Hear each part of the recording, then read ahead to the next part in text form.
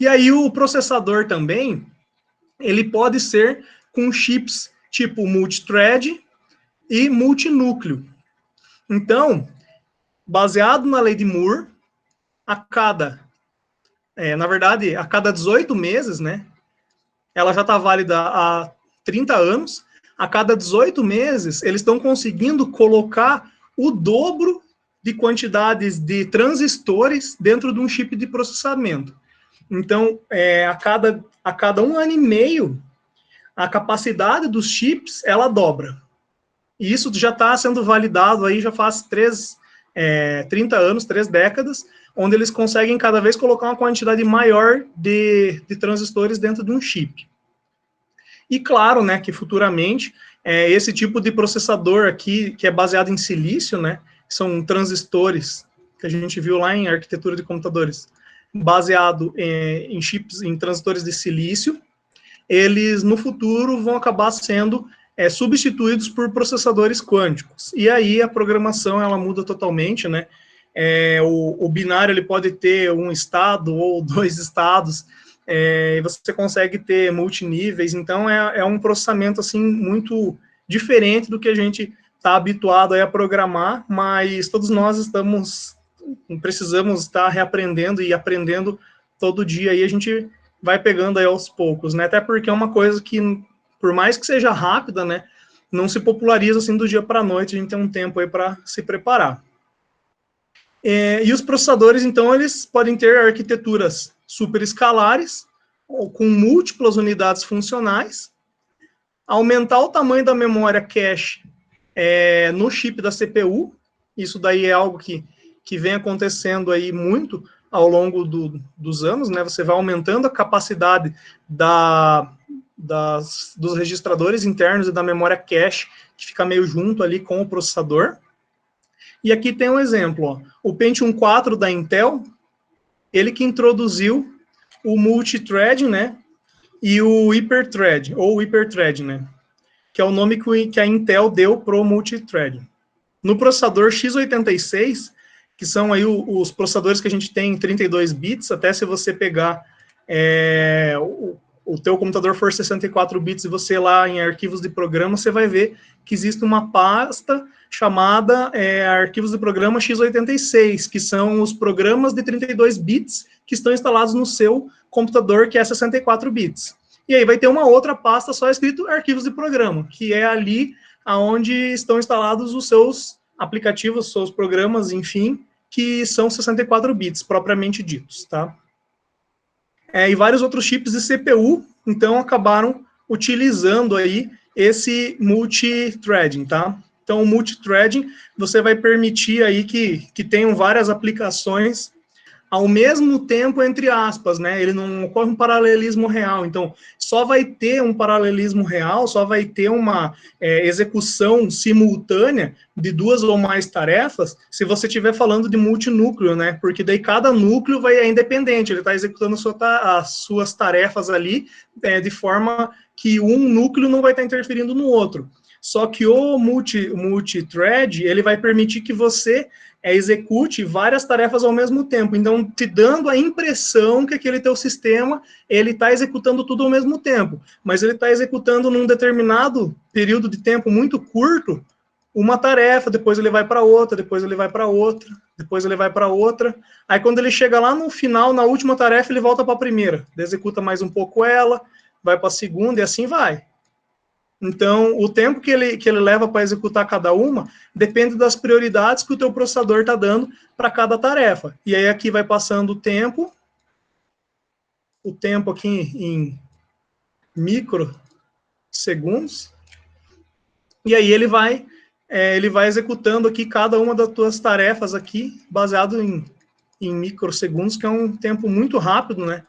Que ele vai dar. Aí depende de quanto tempo a tua tarefa precisa usar do processador, ele pode executar ela algumas vezes num período intermediário aqui também, vamos dizer, ele executa algumas, depois ele volta mais um tempo para ela, depois executa outras, ele não precisa necessariamente só seguir essa sequência aqui, mas aí depende de como que o teu processador como que o teu sistema operacional, né, tá gerenciando o tempo de processamento, o tempo que o seu processador vai gastar para cada uma das suas aplicações.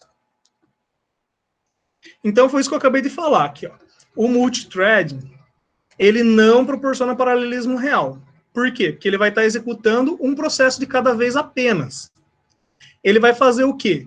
Dar um tempo de chaveamento de threading, ou seja, entre as suas tarefas, e ele vai gastar o tempo para parar de processar uma tarefa e ir para outra tarefa na ordem de nanosegundo. Então, ele leva um nanosegundo para fazer uma transição entre parar de processar uma tarefa e ir para outra. E o tempo que ele fica processando cada tarefa, aí oscila de acordo com a necessidade que a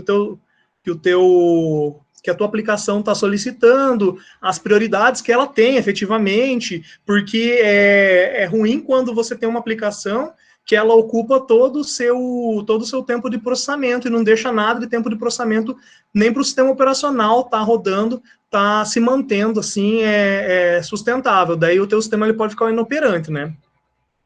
Se você for dar uma olhada, efetivamente, né, cada thread ela é enxergada pelo sistema operacional como uma nova CPU, tá? E necessita de um sistema operacional multiprocessador. Então aqui, GPU, elas podem processar gráficos com milhares de núcleos. Então, aqui é um exemplo, né?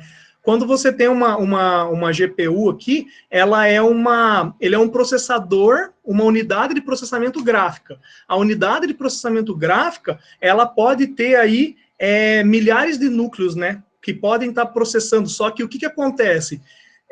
Ele é específico para vídeo. Então, ele não é como a gente tem aqui uns dual-core, quad-core, octa-core.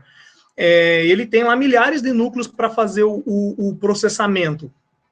E isso daí, ele consegue gerenciar tudo isso porque ele está fazendo uma tarefa muito específica, que é efetivamente processar gráfico, processar vídeo.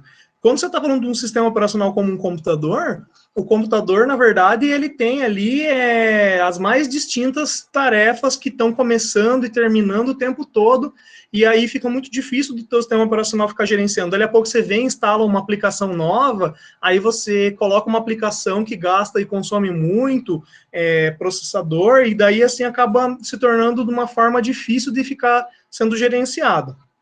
E aqui embaixo tem um exemplo, então, de um PC com duas CPUs. Então, ele tem lá 2 núcleos.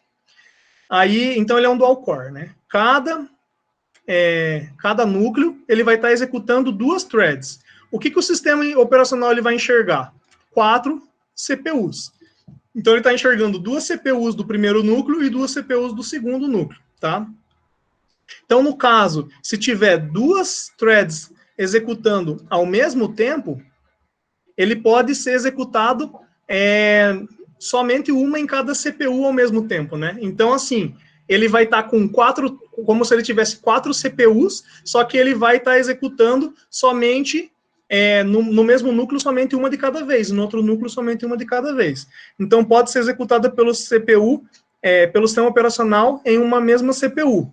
Só que aí ele reduz a eficiência lógica por executar uma thread em cada CPU, né?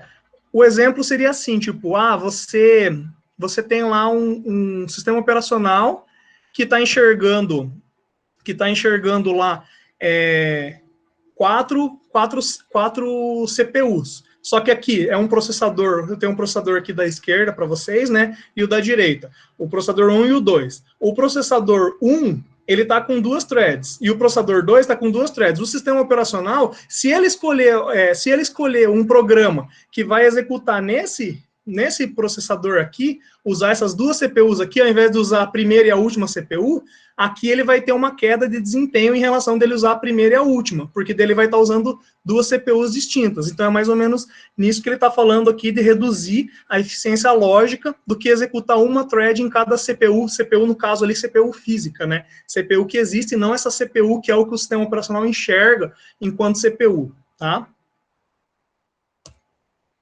Então, aqui tem um exemplo de um processador numa renderização de vídeo, tá? Então, você tem aqui a CPU sendo usada em 100%, tá? E aí tem aqui a velocidade do processador em gigahertz, ou seja, ele está fazendo 3 milhões 280 mil instruções aí, na verdade, isso são pulsos de clock que ele tem por segundo. Normalmente, esses pulsos de clock, eles acabam executando aí, a tarefa, né, em um pulso de clock é o que se espera que o processador consiga executar.